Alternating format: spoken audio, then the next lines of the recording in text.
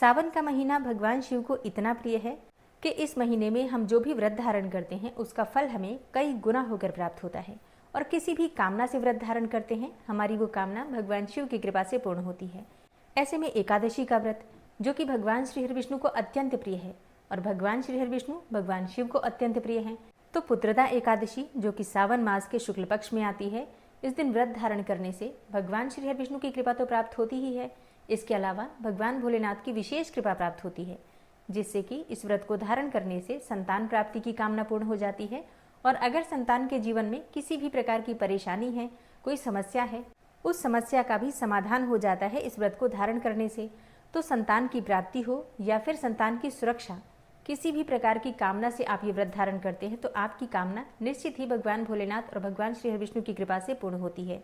तो दोस्तों, आज की वीडियो में आप जानेंगे कि साल 2025 में पुत्रदा एकादशी का व्रत कब है, एकादशी की तिथि कब प्रारंभ हो रही है, कब समाप्त हो रही है, व्रत हमें कब धारण करना है और पारण का यानी कि व्रत खोलने का शुभ मुहूर्त क्या है, किस प्रकार से इस दिन पूजा आराधना करनी चाहिए, किन मंत्रों का जप करना चाहिए और कौन सा उपाय करें जिससे कि संतान प्राप्ति की कामना पूर्ण हो, कौन सा उपाय करें जिससे कि संतान की सुरक्षा हो, संतान को सफलता की प्राप्ति हो और संतान को स्वस्थ जीवन की दीर्घ आयु की प्राप्ति हो।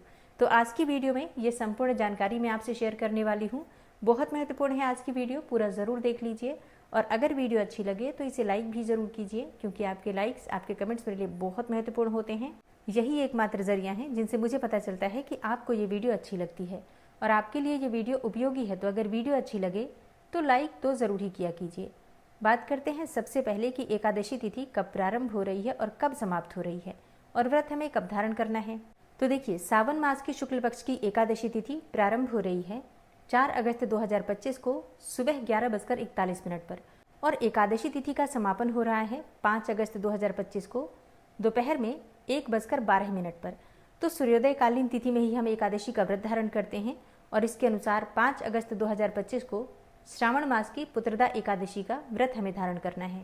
एकादशी के दिन सूर्योदय काल का समय है सुबह 5:45 पर और सूर्यास्त का समय होगा शाम को 7:09 पर। ब्रह्म मुहूर्त का समय है सुबह 4 बजे से 5 बजे तक। ब्रह्म मुहूर्त में स्नान करना चाहिए, चाहे फिर गंगा जल से या फिर कोई पवित्र नदी हो आसपास तो वहां भी जाकर आप स्नान कर सकते हैं। अभिजीत मुहूर्त 12 बजे से 12:54 तक। और बात करें राहु काल की, तो राहु काल का समय है दोपहर में 3 बजे से 4:30 तक। बात करें पारण के शुभ मुहूर्त के बारे में, तो देखिए, द्वादशी तिथि में एकादशी व्रत का पारण किया जाता है और द्वादशी तिथि प्रारंभ हो रही है 5 अगस्त 2025 को दोपहर में 1:12 पर और द्वादशी तिथि समाप्त हो रही है 6 अगस्त 2025 को दोपहर में 2:08 पर। तो पुत्रदा एकादशी व्रत के पारण का शुभ मुहूर्त आपको प्राप्त होगा 6 अगस्त 2025 को बुधवार के दिन सुबह 5:45 से सुबह 8:26 तक। जैसे कि कई भक्त हैं जो कि सोमवार का व्रत धारण करते हैं और मंगलवार को एकादशी है, तो उनके प्रश्न आते हैं कि हम पारण किस प्रकार से करें, मतलब सोमवार के व्रत का पारण किस प्रकार से करें, फिर मंगलवार को एकादशी कैसे करें। देखिए, ऐसे में आप क्या कर सकते हैं, सोमवार की शाम को कोई भी मीठी चीज़ बनाकर, मतलब मीठा अन्न बनाकर भोजन कर सकते हैं, भगवान को भोग लगाकर प्रसाद स्वरूप में ग्रहण कर सकते हैं।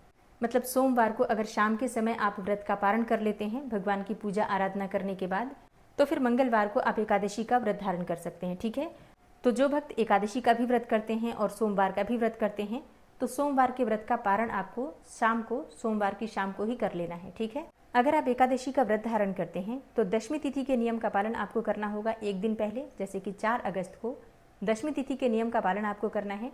तो 4 अगस्त को यानी कि दशमी तिथि के दिन आपको शुद्ध और सात्विक भोजन लेना होता है और पूर्ण रूप से ब्रह्मचर्य का पालन करना है। इसके अलावा संभव हो तो भूमि पर शयन करना चाहिए। फिर एकादशी के दिन प्रातःकाल जल्दी उठकर नित्य कर्मों से निवृत्त हो जाइए, स्नान कर लीजिए। फिर साफ स्वच्छ वस्त्र धारण करके भगवान सूर्यदेव को जल दीजिए और अपने घर के मंदिर में विधि विधान से भगवान श्री हरि विष्णु की आराधना कीजिए। उनके सामने शुद्ध घी का दीपक जलाकर अपने व्रत का, अपनी पूजा का संकल्प ले लीजिए। फिर उनकी पूजा प्रारंभ कीजिए, अभिषेक कीजिए उनका पंचामृत के द्वारा। फिर पीले वस्त्र अर्पित कीजिए, पीले पुष्पों से उनका श्रृंगार कीजिए, चंदन से श्रृंगार कीजिए और इसके बाद माखन मिश्री का भोग लगाइए। पुत्रदा एकादशी पर विशेष रूप से भगवान श्री हरि विष्णु के बाल स्वरूप, भगवान श्री कृष्ण के बाल स्वरूप कान्हा जी की, लड्डू गोपाल की पूजा आराधना की जाती है। तो ठाकुर जी को माखन मिश्री का भोग लगाइए और केले का भोग लगाइए। जो भी ऋतुफल आपके पास उपलब्ध हो भगवान श्री कृष्ण को भोग स्वरूप में अर्पित कीजिए और विधि विधान से उनकी पूजा करके उनकी आरती कीजिए। फिर दिन भर आपको व्रत धारण करना होता है। शाम को फिर से भगवान श्री विष्णु के विधि विधान से पूजा की जाती है। तो शाम को प्रदोष काल से पहले आप शुद्ध हो जाइए, स्नान करके साफ स्वच्छ वस्त्र धारण कर लीजिए और फिर रात्रि में जागरण करना होता है। अखंड दीप प्रज्वलित करके भगवान श्री विष्णु के सामने भजन कीर्तन कीजिए। जितना हो सके मंत्रों का जप कीजिए। अगर आपकी कोई कामना है तो कामना के अनुसार मंत्र जप कर सकते हैं। निष्काम भाव से हरे कृष्ण कृष्ण कृष्ण हरे हरे, हरे राम राम राम हरे हरे, इस प्रकार से भगवान श्री कृष्ण के भजन कीर्तन करते हुए रात्रि जागरण करना चाहिए।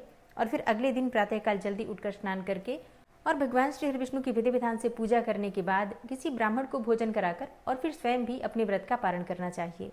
तो इस प्रकार से दशमी से द्वादशी तक के नियम होते हैं। इन नियमों का जब हम पालन करते हैं तभी हमारे व्रत का संपूर्ण फल हमें प्राप्त होता है। अब बात करें कि अगर आपकी संतान प्राप्ति की कामना हो तो आपको कौन सा उपाय करना है। देखिए, जिस प्रकार से मैंने व्रत बताया, आप चाहें तो व्रत धारण कर सकते हैं। अगर आप पहले से व्रत कर रहे हैं तो मान लीजिए आप व्रत नहीं करते हैं तो आप शुद्ध और सात्विक भोजन लीजिए। किसी भी प्रकार से तामसिक चीज़ों का जैसे कि लहसुन प्याज इत्यादि का सेवन नहीं करना है। और विश्वास से आपको भगवान श्री कृष्ण की मतलब ठाकुर जी की, लड्डू गोपाल जी की आराधना करनी है। पूजा की विधि वही होगी जो मैंने आपको बताया अभी। इसके अलावा आपको मंत्र जप करना है। ओम देवकी सुत गोविंद वासुदेव जगतपते देहि मे तनयम कृष्णम त्वामहम शरणम गते। इस मंत्र का जप करने से संतान प्राप्ति की कामना पूर्ण होती है, ऐसा शास्त्रों में कहा गया है। भगवान श्री विष्णु को पीले पुष्प और पीले फल अर्पित करने से आपको संतान प्राप्ति की कामना जो है पूर्ण होने में मदद मिलती है। संतान का सुख प्राप्त होता है। संतान प्राप्ति का आशीर्वाद भगवान श्री विष्णु की कृपा से प्राप्त होता है। संतान प्राप्ति के लिए जो तीसरा उपाय है बहुत ही आसान है। आज के दिन अगर आप पीली वस्तुओं का दान करते हैं जैसे कि पीले वस्त्र का दान, इसके अलावा पीले फलों का दान जैसे कि केला, आम इत्यादि, और पीली मिठाई जैसे कि बेसन के लड्डू हो गए या बेसन की बर्फी, इस प्रकार से इन चीज़ों का अगर आप दान करते हैं किसी ब्राह्मण को, वेद पाठी ब्राह्मण को जो कि पूजा पाठ करते हैं, गायत्री मंत्र जप करते हैं, ऐसे किसी धार्मिक ब्राह्मण को अगर आप चीज़ें दान करते हैं, उनके चरण स्पर्श करके उनका आशीर्वाद लेते हैं, विशेषकर ब्राह्मण के द्वारा संतान प्राप्ति का आशीर्वाद मांगिए। अगर इस प्रकार से ब्राह्मण आशीर्वाद देते हैं तो आपकी कामना जल्दी पूरी होती है। ठीक है, तो पीली वस्तुओं के साथ आपको दक्षिणा स्वरूप कुछ पैसे का भी दान करना होता है और चरण स्पर्श करके आशीर्वाद लेना तो अत्यंत आवश्यक है। इससे आपकी संतान प्राप्ति की कामना पूर्ण होती है। अच्छा, मान लीजिए कि आपके पास संतान है और आप संतान की तरक्की के लिए उपाय करना चाहते हैं, उसके जीवन में किसी प्रकार की विघ्न बाधा ना आए, इसके लिए कोई उपाय करना चाहते हैं तो क्या करें।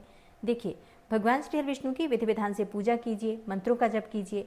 ओम नमो भगवते वासुदेवाय इस मंत्र का 108 बार कम से कम जप कीजिए और संयुक्त रूप से श्री हरि विष्णु और माता लक्ष्मी की आराधना करके उनके सामने मखाने की खीर का भोग लगाइए। और अगर आपके पास थोड़ी सी केसर हो तो खीर में अवश्य डाल दीजिए और तुलसी पत्र डालकर आपको ये खीर भगवान श्री हरि विष्णु और माता लक्ष्मी को अर्पित करना है।